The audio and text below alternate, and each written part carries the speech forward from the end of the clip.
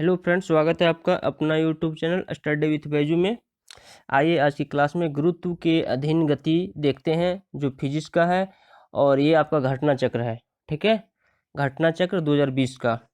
तो अगर आपको इसका पीडीएफ चाहिए तो टेलीग्राम चैनल पे आप जाके आप डाउनलोड कर सकते हैं। टेलीग्राम चैनल का लिंक आपका दिया हुआ है नीचे। ठीक है, तो आप जाके डाउनलोड कर सकते हैं। तो चलिए हम गुरुत्व के अधीन गति का फर्स्ट प्रश्न देखते हैं। ठीक है, देखिए प्रश्न नंबर 1 है, निम्नलिखित में से किसने न्यूटन से पहले ही बता दिया था कि सभी वस्तुएं पृथ्वी की ओर गुरुत्वाकर्षित होती है। ठीक है, न्यूटन के पहले कौन बताए थे? तो न्यूटन के पहले ब्रह्मगुप्त ने ही बता दिए थे कि जो है सो सभी वस्तुएं पृथ्वी की ओर आकर्षित होती है, मतलब गुरुत्वाकर्षित होती है। ठीक है, ब्रह्मगुप्त कौन थे? ब्रह्मगुप्त गुप्तोत्तर कालीन गणितज्ञ एवं खगोल शास्त्री थे। इन्होंने ब्रह्म सिद्धांत की रचना की तथा सर्वप्रथम यह बताया कि पृथ्वी सभी वस्तुओं को अपनी ओर आकर्षित करती है। ठीक है, चलिए नेक्स्ट प्रश्न देखिए। 2 नंबर प्रश्न है कि गुरुत्वाकर्षण का सिद्धांत किसने दिया? तो गुरुत्वाकर्षण का सिद्धांत आइजैक न्यूटन ने ही दिए थे। ठीक है, चलिए देखिए इसका डिस्क्रिप्शन में क्या दिया है। गुरुत्वाकर्षण पदार्थों द्वारा एक दूसरे की ओर आकृष्ट होने की प्रवृत्ति है। सर आइजैक न्यूटन ने गति के तीन नियम और गुरुत्वाकर्षण के सिद्धांत का प्रतिपादन किया। न्यूटन ने अपने मौलिक खोजों के आधार पर बताया कि केवल पृथ्वी ही नहीं अपितु विश्व का प्रत्येक कण दूसरे कण को अपनी ओर आकृष्ट करता रहता है। कणों के बीच कार्य करने वाले पारस्परिक आकर्षण को गुरुत्वाकर्षण तथा उससे उत्पन्न बल को गुरुत्वाकर्षण बल कहा जाता है। अगला प्रश्न देखिए, गुरुत्वाकर्षण के सार्वभौमिक नियम का प्रतिपादन किसने किया?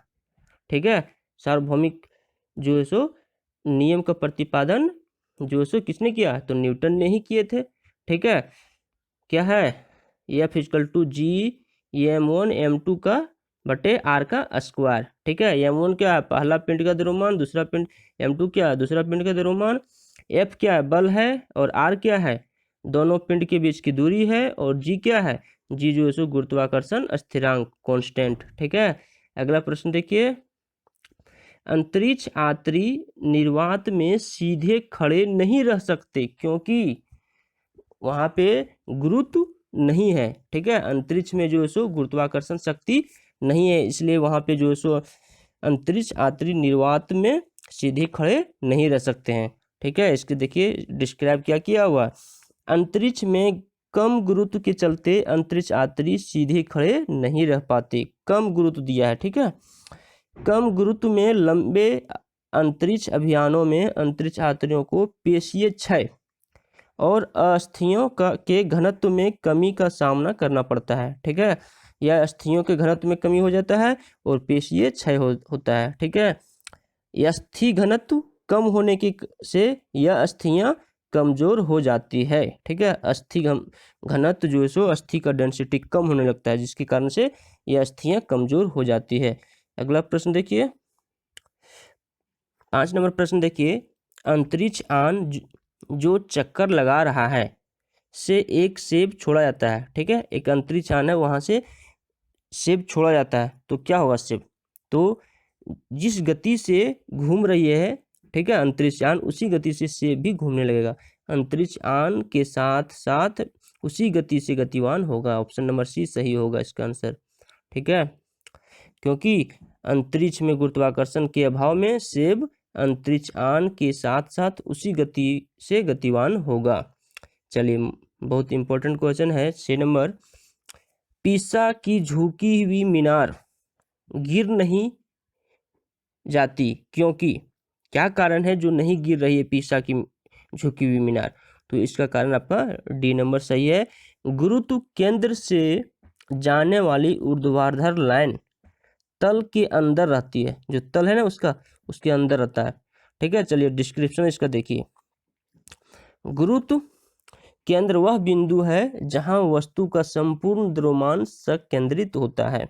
कोई भी वस्तु तब तक स्थिर रहती है जब तक गुरुत्व केंद्र से जाने वाली ऊर्ध्वाधर रेखा उसके तल से होकर गुजरती है। अभी तक पीसा की मीनार के गुरुत्व केंद्र से होकर जाने वाली ऊर्ध्वाधर रेखा मीनार के तल के अंदर रहती है, इसलिए झुकी हुई मीनार अभी तक नहीं गिरी है। ठीक है, ऐसा माना जाता है कि मीनार के और अधिक झुकने पर गुरुत्व केंद्र से होकर जाने वाली रेखा मीनार के तल से बाहर हो जाएगी। अगर और झुक जाएगी तो बाहर हो जाएगी, तब वह गिर पड़ेगी। ठीक है, रिसर्च के अनुसार 2030 से 2050 तक यह मीनार पूर्ण रूप से गिर जाएगी। ठीक है, 2030 से 2050 के बीच में गिर जाएगी, रिसर्च के अनुसार है। ठीक है, चलिए नेक्स्ट प्रश्न देखिए। यदि पृथ्वी और सूर्य की दूरी जो है उसके स्थान पर दो गुनी होती है। ठीक है, पृथ्वी और सूरज के बीच में डिस्टेंस जो है सो दोगुनी कर देंगे तो क्या होगा, तो सूर्य द्वारा पृथ्वी पर गुरुत्वाकर्षण बल जो पड़ता है वह होता है अब जितना है उसका चौथा भाग। ठीक है, अभी जितना है उसका चौथा भाग हो जाएगा। देखिए इसका डिस्क्राइब किया हुआ है। ठीक है, देखिए ये फॉर्मूला आपका हुआ। ठीक है, F = G, मास है सन का, मास है अर्थ का, और रेड दोनों के बीच का डिस्टेंस है। ठीक है, अब दूसरा हो जाएगा 2r का स्क्वायर, तो कितना हो जाएगा, यहाँ 4 हो जाएगा, और समीकरण 1 और 2 से निकाल लेंगे तो निकल जाएगा 1/4।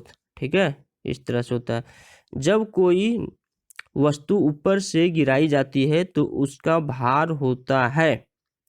ठीक है, अगर कोई वस्तु ऊपर से नीचे गिराया जाएगा तो भार क्या होगा, भार तो अपरिवर्तित रहेगा, भार थोड़ी कम और ज़्यादा होगा, भार तो अपरिवर्तित रहेगा।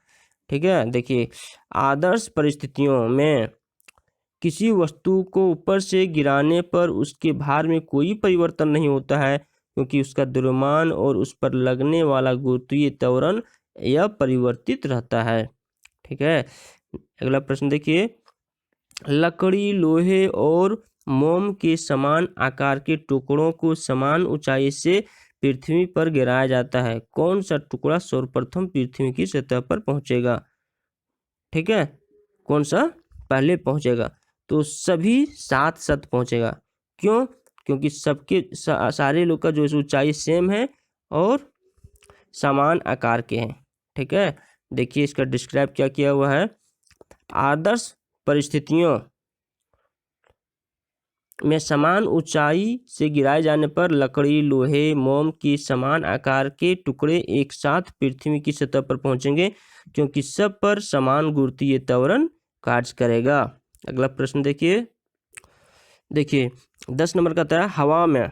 प्रश्न देखिए, बोलता है हवा में लोहे और लकड़ी की समान भार की गेंद को समान ऊंचाई से गिराने पर, ठीक है, लोहा और लकड़ी का है तो क्या होगा, लकड़ी की गेंद बाद में गिरेगी और लोहा की गेंद पहले गिरेगी।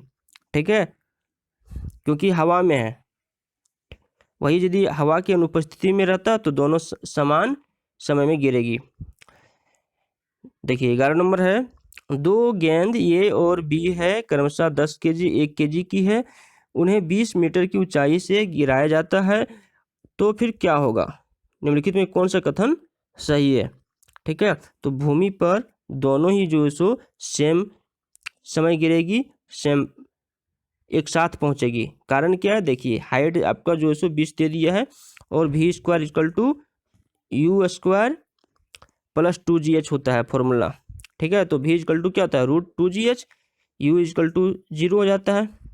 ठीक है, तो v = फाइनल वेलोसिटी क्या हो जाता है √2gh। ठीक है, इस तरह से ये एक साथ गिरेगी। अगला प्रश्न देखिए, चंद्रमा पर मानव का वजन पृथ्वी की तुलना में 1/6 रहता है। कारण दिया है, कथन ये था, कारण दिया है चंद्रमा पर पृथ्वी की तरह गुरुत्वाकर्षण नहीं है। ठीक है, तो क्या हो जाएगा आपका, ये आपका जो है सो कथन जो है सो सही है। ठीक है, इस तरह से ऑप्शन नंबर सी इसका सही होगा। कथन सही है परंतु कारण गलत है। चंद्रमा पृथ्वी का एक उपग्रह है। चंद्रमा के गुरुत्वीय त्वरण का मान पृथ्वी पर जी के मान का 1/6 भाग है। इसलिए चंद्रमा पर व्यक्ति का भार पृथ्वी पर उसके भार के 1/6 भाग होता है। ठीक है, इस प्रकार कथन सही है और जबकि कारण गलत है। अगला प्रश्न देखिए, किसी पिंड का भार है। ठीक है, किसी पिंड का भार है तो पिंड का भार सबसे ज्यादा कहाँ होता है? ध्रुवों पर होता है। ठीक है, पोल पे होता है। तो ऑप्शन नंबर बी जो है सो आपका सही हो जाएगा। 14 नंबर देखिए, एक पिंड का अधिकतम भार निम्नलिखित में से किस में होता है? तो सबसे ज्यादा भार जो है सो किस में होगा? तो देखिए ऑप्शन दिया है वायु, जल, नाइट्रोजन, हाइड्रोजन। तो यहाँ पे आपका हाइड्रोजन में सबसे ज्यादा भार होगा।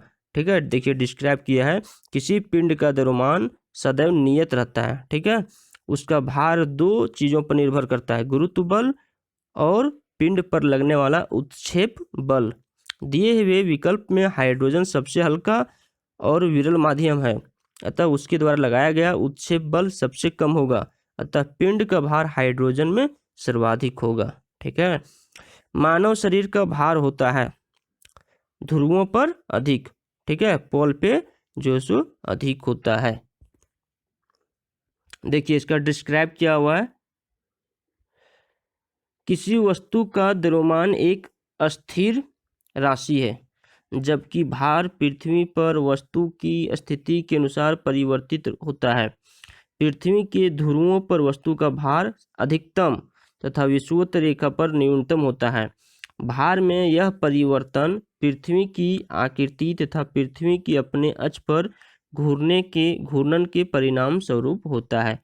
अगला प्रश्न देखिए, गुरुत्व के अधीन विराम अवस्था से मुक्त रूप से गिरने वाली किसी कण के मामले में समय में विस्थापन का विवरण किसमें सही निर्देशित करती है। ठीक है, तो इस तरह से ग्राफ दिया है। ठीक है, तो ये आपका क्या दिया है? ऑप्शन में दे दिया गुरुत्व के अधीन। ठीक है, समय और विस्थापन के साथ। तो हम लोग जानते हैं S इक्वल टू क्या होता है? देखिए GT का स्क्वायर, यहाँ पे समीकरण सही होगा। इस तरह से आपका पाराबोला जो है सो ये बनेगा। ऑप्शन नंबर ये इसका सही है। चलिए कुछ इधर न्यूमेरिकल से आगे चलते हैं।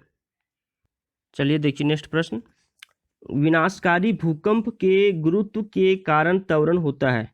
ठीक है, तो ऑप्शन में ए में दिया है 550 से ज़्यादा, बी में दिया 750 से ज़्यादा, सी में दिया 950 से ज़्यादा और डी में दिया है 980 से ज़्यादा। ठीक है, तो 980 से ज़्यादा ही होगा। और अगर मीटर में हम लोग बात करेंगे तो 9.8 मीटर पर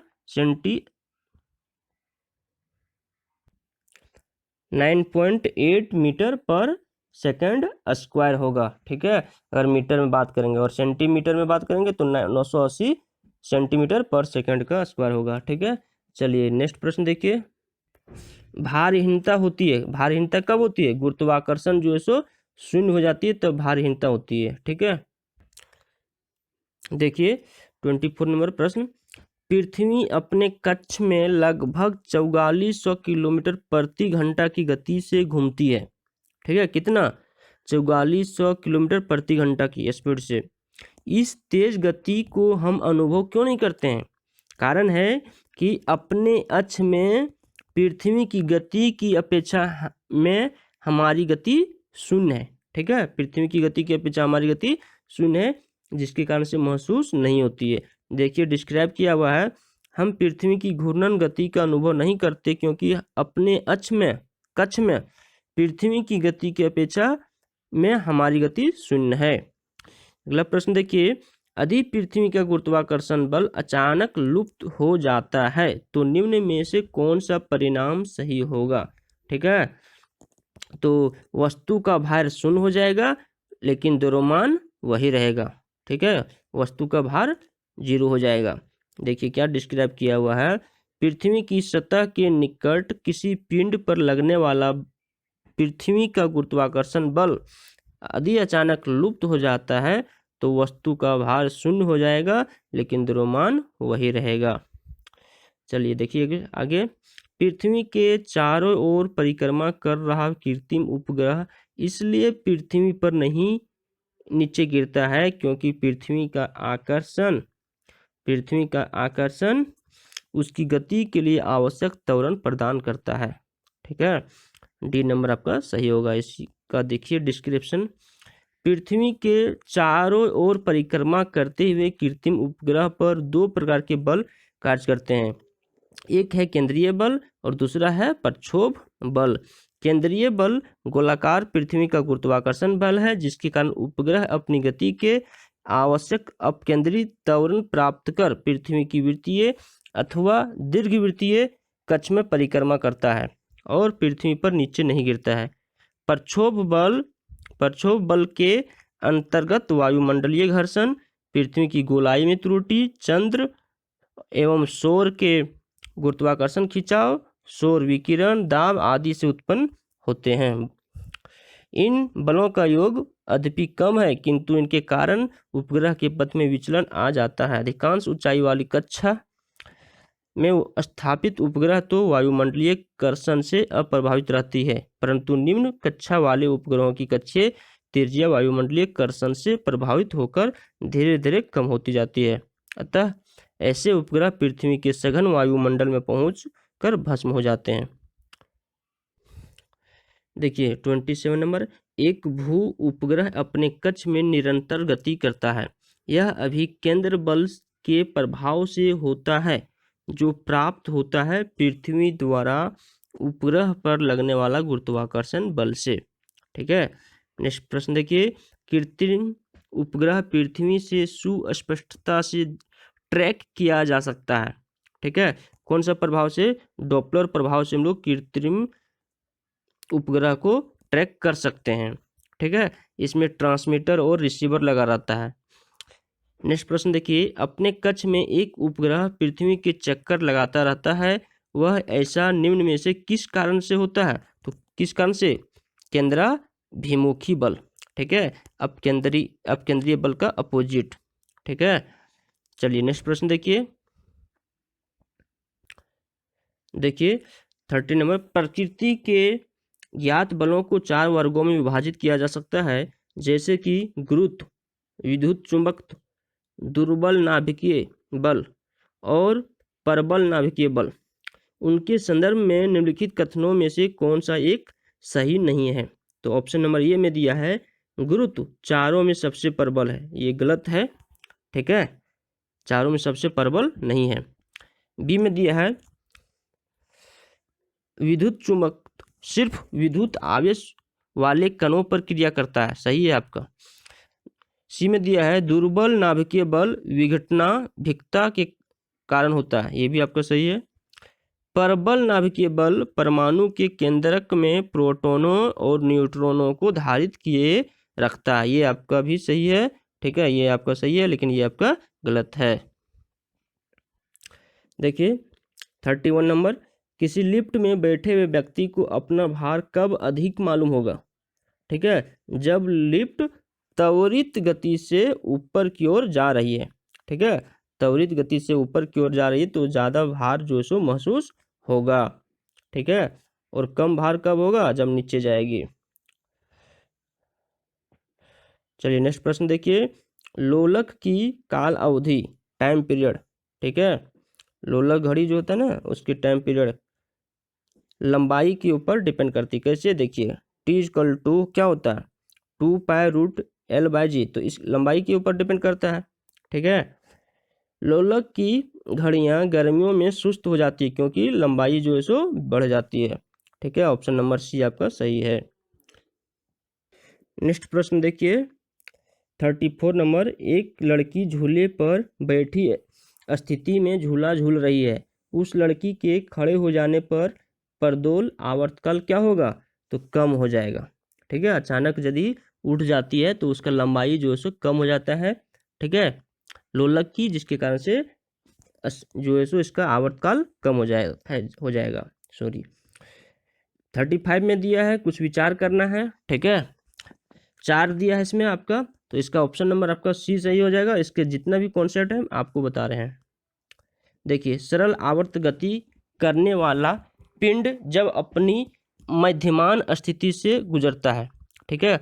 मान लीजिए ये इस तरह से है, ठीक है, ये कर रही है दोलन, तो जब बीच से गुजरेगी तो क्या होगा, देखिए मध्यमान स्थिति से गुजरती है, उस पर कोई बल कार्य नहीं करता, कोई भी बल कार्य नहीं करेगा, उसका त्वरण शून्य होगा, वेग अधिकतम होगा, गतिज ऊर्जा अधिकतम होगा, स्थितिज ऊर्जा 0 होगा, ठीक है। और जब पिंड गति के अंतः बिंदु पर पहुंचता है तो क्या होगा, ठीक है। मान लीजिए दोलन कर रहा है इसे, तो ये जो है सो यहाँ पे पहुंचेगा, चाहे यहाँ पे पहुंचेगा, तो क्या होगा, उसका त्वरण अधिकतम होगा, यहाँ पे त्वरण जो है सो अधिकतम होगा, उस पर कार्य करने वाला प्रत्यानयन बल अधिकतम होगा, गतिज ऊर्जा यहाँ पे 0 हो जाएगी, स्थितिज ऊर्जा अधिकतम हो जाएगी, ठीक है। गतिज ऊर्जा 0 हो जाएगी मतलब कि मूव नहीं करेगी, मतलब कि स्थितिज ऊर्जा अधिक हो जाएगी यहाँ पे, ठीक है। और वेग क्या होगा, वेलोसिटी 0 हो जाएगा, ठीक है। चलिए अगला प्रश्न देखिए। पेंडुलम घड़ी तीव्र गति से चल सकती है कब? अभी हम कुछ देर के पहले बताएं कि ग्रीष्म जो है सो ग्रीष्म ऋतु में लंबाई बढ़ जाती है, तो लंबाई कब घटेगी, आपका शीत ऋतु में। तो शीतकाल में जो है सो पेंडुलम घड़ी तीव्र गति से चल सकती है, ठीक है। देखिए क्या डिस्क्राइब किया है, पेंडुलम घड़ी शीतकाल में तेजी से चल सकती है क्योंकि इसका आवर्त पथ तथा आवर्तकाल घट जाता है, जबकि ग्रीष्म काल में इसका आवर्त पथ तथा आवर्तकाल बढ़ जाता है, जिसके फलस्वरूप पेंडुलम घड़ी ग्रीष्मकाल में धीरे चलती है और सुस्त हो जाती है। पृथ्वी का प्लायन वेग कितना है, ठीक है। नेक्स्ट प्रश्न है, तो 11.2 किलोमीटर पर सेकंड प्लायन वेग होता है, ठीक है। प्लायन वेग वह न्यूनतम वेग है जिससे किसी पिंड को ऊपर की ओर फेंके जाने पर पृथ्वी के गुरुत्वीय क्षेत्र को पार कर जाता है तथा पृथ्वी पर वापस नहीं आता है। पृथ्वी का प्लायन वेग 11.2 किलोमीटर पर सेकंड है, ठीक है। चलिए देखिए 38 नंबर, अगर किसी वस्तु को 8 किलोमीटर प्रति सेकंड के वेग से अंतरिक्ष में फेंका जाए तो क्या होगा, ठीक है। फेंक देंगे तो हम क्या होगा, तो वह वापस पृथ्वी पर ही गिरेगा, क्योंकि 11.2 किलोमीटर पर सेकंड से हम अगर नहीं फेंकेंगे तो वो अंतरिक्ष में नहीं जाएगा, ठीक है। तो वापस जो है सो पृथ्वी पर ही आ जाएगी, ठीक है। तो इस तरह से ऑप्शन नंबर बी आपका सही है। 39 नंबर देखिए, चंद्रमा पर वायुमंडल नहीं होने का कारण क्या है, ठीक है। तो इसका क्या हो जाएगा, आपका हो जाएगा डी नंबर। इस पर गैस अणुओं का प्लायन वेग उनके वर्ग माध्य मूल वर्ग से कम होता है। गैस अणुओं का प्लायन वेग उनके वर्ग माध्य मूल वर्ग से कम होता है। देखिए डिस्क्राइब क्या किया हुआ है, चंद्रमा पर वायुमंडल नहीं पाया जाता है, वायुमंडल अनेक गैसों का मिश्रण है। चंद्रमा पर प्लायन वेग का मान लगभग 2.4 किलोमीटर पर सेकेंड होता है, ठीक है। चंद्रमा पर प्लायन वेग 2.4 किलोमीटर पर सेकेंड होता है तथा धरती पर प्लायन वेग 11.2 किलोमीटर पर सेकेंड होता है। चंद्रमा पर प्लायन वेग से गैस के अणुओं का वेग ज़्यादा होने के कारण, ठीक है, वहाँ से प्लायन कर जाते हैं। चंद्रमा पर प्लायन वेग से गैस के अणुओं का वेग ज़्यादा है, मतलब ये जो वेग है ना 2.4 किलोमीटर पर सेकंड, इससे भी ज़्यादा जो है सो गैस के अणुओं का वेग है, ठीक है, जिसके कारण से वे प्लायन कर जाते हैं। इसी कारण चंद्रमा पर वायुमंडल संभव नहीं है, ठीक है। और आज की क्लास यहीं समाप्त होती है, यहाँ पे आपका ये खत्म हो जा रहा है, ठीक है। बाकी जो है सो फिर चल रहा है, नेक्स्ट यूनिट हो रहा है स्टार्ट, स्थूल पदार्थों के गुण, ठीक है। तो हम अगली क्लास में मिलेंगे, ठीक है। Bye bye. अगर आपको पीडीएफ चाहिए तो स्टडी विथ बैजू के नाम से टेलीग्राम चैनल बना हुआ, वहाँ से आप डाउनलोड कर सकते हैं। Bye bye.